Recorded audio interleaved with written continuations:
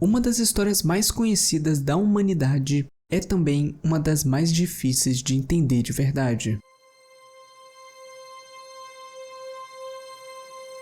Todo mundo já ouviu falar de Jesus Cristo, mas quase ninguém para pensar em um detalhe simples. E se o problema não for a história, mas sim a forma como a gente aprendeu ela. Quando você escuta essa história pela primeira vez, tudo parece fazer sentido. Tem começo, meio e fim. Uma narrativa clara e quase perfeita. Mas quando você começa a prestar atenção de verdade, algumas coisas começam a parecer estranhas. Não é algo óbvio, não é como um erro claro, é mais como uma sensação, como se tivesse algo fora do lugar. Por exemplo, existe um momento em que certas falas parecem desconectadas, como se não estivessem ali para explicar, mas sim para esconder alguma coisa maior. E o mais estranho é como essas partes quase nunca são questionadas, elas só passam, como se ninguém quisesse olhar de perto demais. Como se ninguém quisesse olhar perto demais.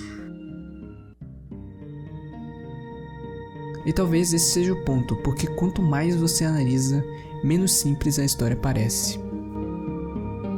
Tem lacunas, tem mudança de tom, tem momentos em que o comportamento não segue o padrão que você esperaria.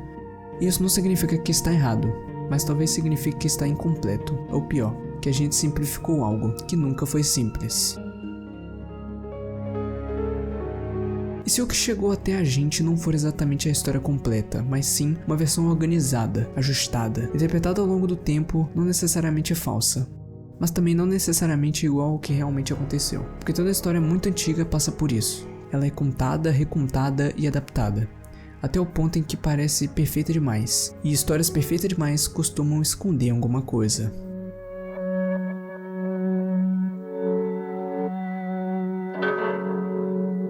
E talvez seja por isso que quando você pensa nisso por muito tempo, fica uma sensação estranha e não é de medo, mas sim de dúvida.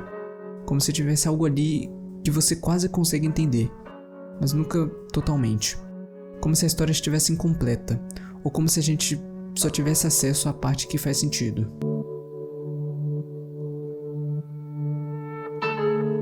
No fim, talvez a pergunta não seja se a história está certa ou errada, mas sim o quanto dela a gente realmente entende.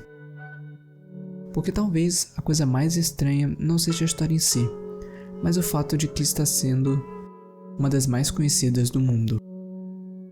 E ainda parece de alguma forma incompleta.